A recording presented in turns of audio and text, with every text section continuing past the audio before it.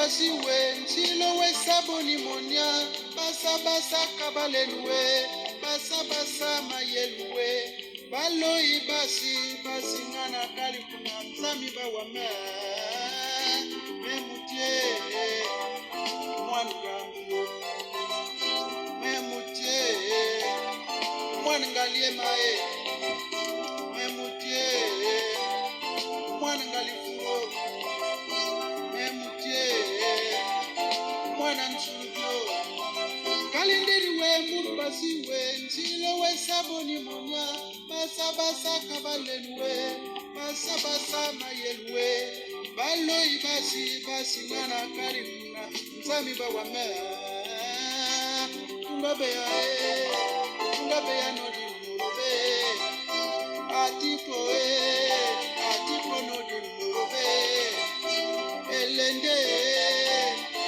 nodi murube malonga nodi murube wotoni mwana moro kemba fura watika bunambo ae wotoni mwana moro atipo fura watika bunambo ae wotoni mwana moro tunga beya fura watika bunambo ae angolie mama nsona mama ndevukela kwani mama nsona mama talabunchiri mama nsona bukwenda mboko watalamani mange mama bukwenda balula mabanza mama mama nsona mama ndevukela kwani mama nsona kalindiri we mburu basi we ntilo we saboni munya basa basa kabalenwe basa basa mayelwe baloi basi basi ngana kalikuna zami bawama abuna beba na kwemba mbora be kwemba la kale ya bien mwitu kilobo. Bonjour mon monde, bonjour. Que tous les esprits de nos mânes soient avec nous à la veille des fêtes qui arrivent. Bonjour. Je vais faire cette vidéo juste pour parler de notre bien commun, le Congo, bien sûr. Le Congo est un et indivisible. Mais nous ne pouvons pas parler du Congo-Brazzaville, bien sûr, sans pour autant parler du royaume Téké. Donc aujourd'hui, je vais prendre quelques minutes pour parler des origines du royaume Téké. On a envie de comprendre. J'apporterai le peu que je sais, qui sait tout ne sait rien. C'est quoi le royaume Téké? Voici ce que les mânes expliquent, voici ce que les anciens expliquent par rapport à l'histoire de la fondation du royaume Téké. Le royaume Téké est né d'une manière spirituelle, parce que c'est un royaume qui est très spirituel. Au fait, les sages expliquent qu'un jour, le royaume n'était pas encore organisé. Et un jour, la population dans le village a entendu une voix qui venait de l'au-delà, qui disait « Tout le monde dans la forêt ». Et cette forêt s'appelle Mbe-Okulu.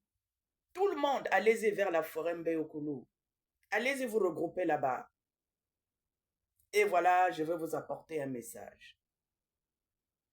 Mais ma foi, tout le monde s'est mis à courir. Il y avait une voix qui s'exprimait. Personne ne voyait l'image de celui qui s'exprimait. Mais tout le monde est quand même parti dans la forêt. Mais arrivé dans la forêt, ils ont passé des jours dans la forêt, mais au fait, plus aucune voix n'était entendue. Et à partir de ce moment, les gens ont commencé à rebrousser chemin. Mais il y a 6 familles qui sont restées. 6 familles qui ont été patientes et qui sont restées dans la forêt à attendre. Elles se sont dit, on va essayer d'attendre un peu encore. Et puis effectivement, elles ont eu raison d'attendre. Et là, à un moment donné, ils ont entendu encore cette voix. Ah, très bien, vous avez été patient, vous serez récompensés. Voici le message. Le message que je vous apporte, c'est pour vous dire, rentrez chez vous et organisez-vous. Vous allez vous organiser en royaume. Et quand vous allez vous organiser en royaume, vous allez mettre en place un qui va gérer le royaume. et celui-là, celui que vous appellerez Uko.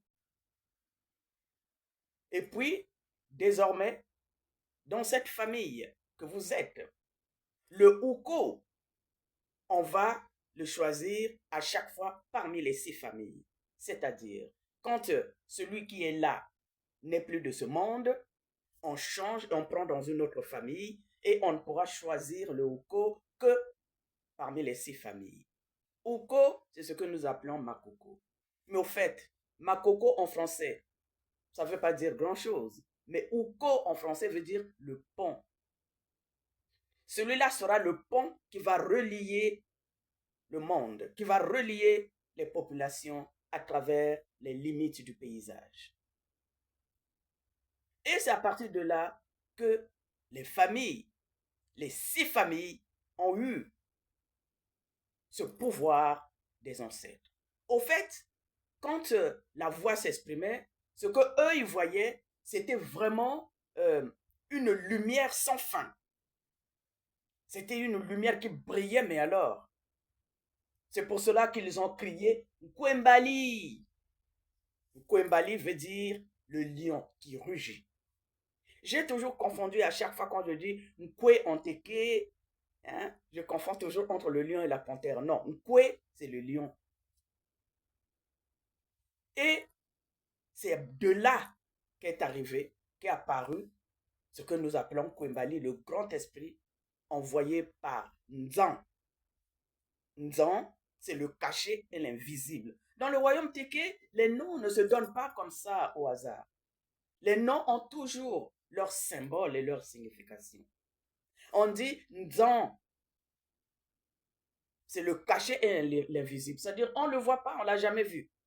Il existe quelque part, mais on ne l'a jamais vu. Le caché et l'invisible. Nzan. C'est celui-là qui nous a envoyé Nkwembali, le lion qui rugit. Nkwembali. Celui-là qui nous a emmené la bonne parole.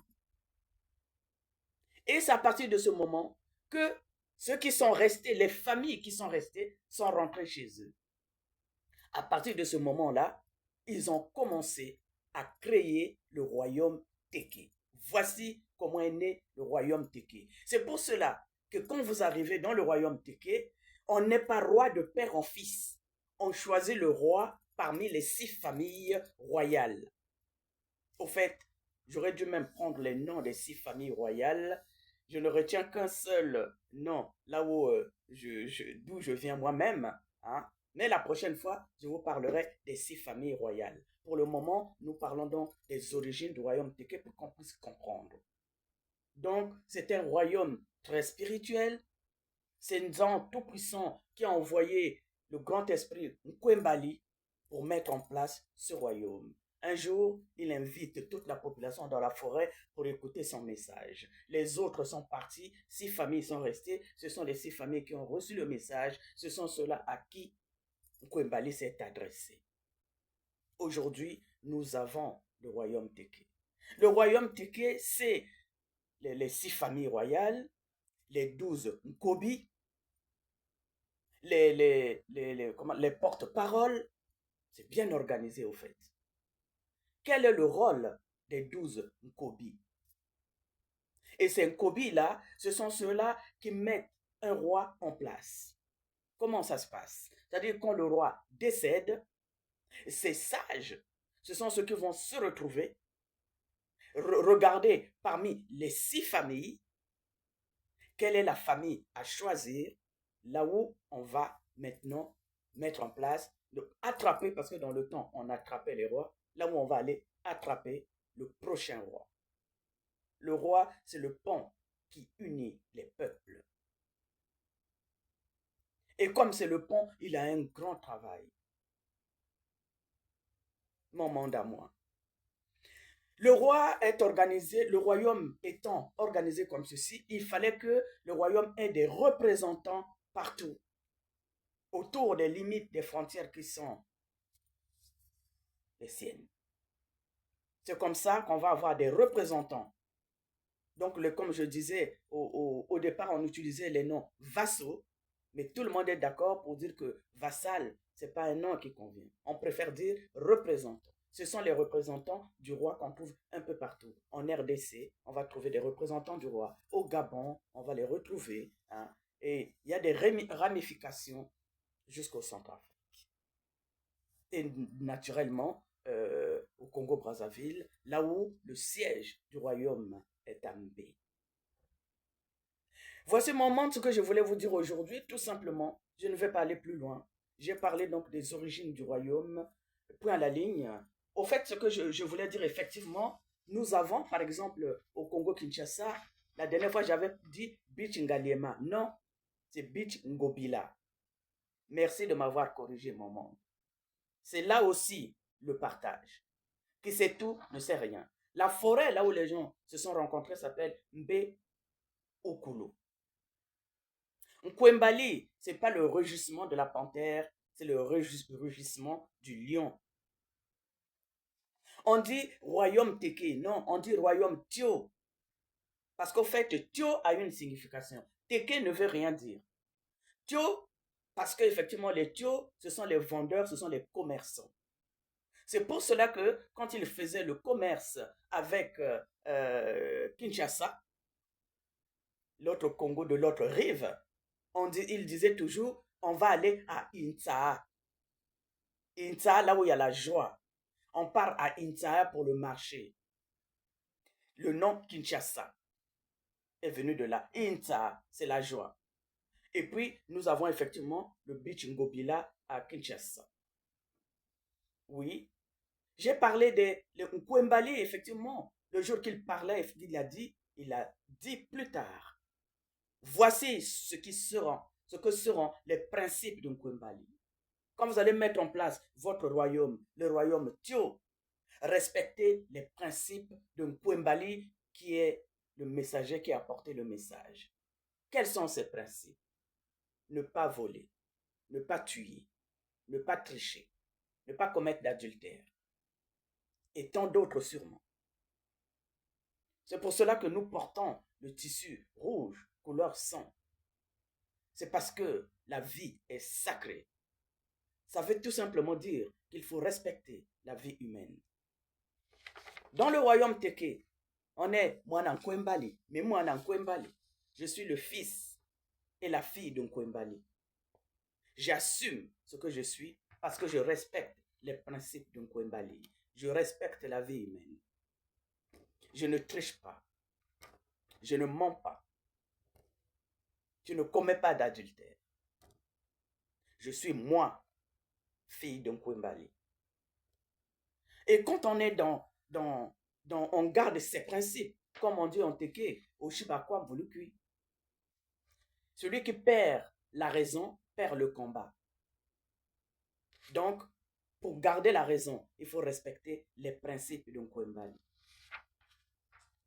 Maman à moi, je ne vais pas aller plus loin. Je pense que vous avez compris le message que je voulais faire passer. Juste pour ceux qui peuvent douter encore du royaume Teke. Le royaume Teke est la réalisation du Tout-Puissant. C'est pas arrivé comme ça par hasard. Le royaume Teke est un royaume très spirituel. Il a été mis en place par le représentant de Nzan. Nzan lui-même a envoyé son représentant qui est Nkwembali. Nkwembali est venu porter le message à la population et c'est à partir de ce message que le royaume a été créé.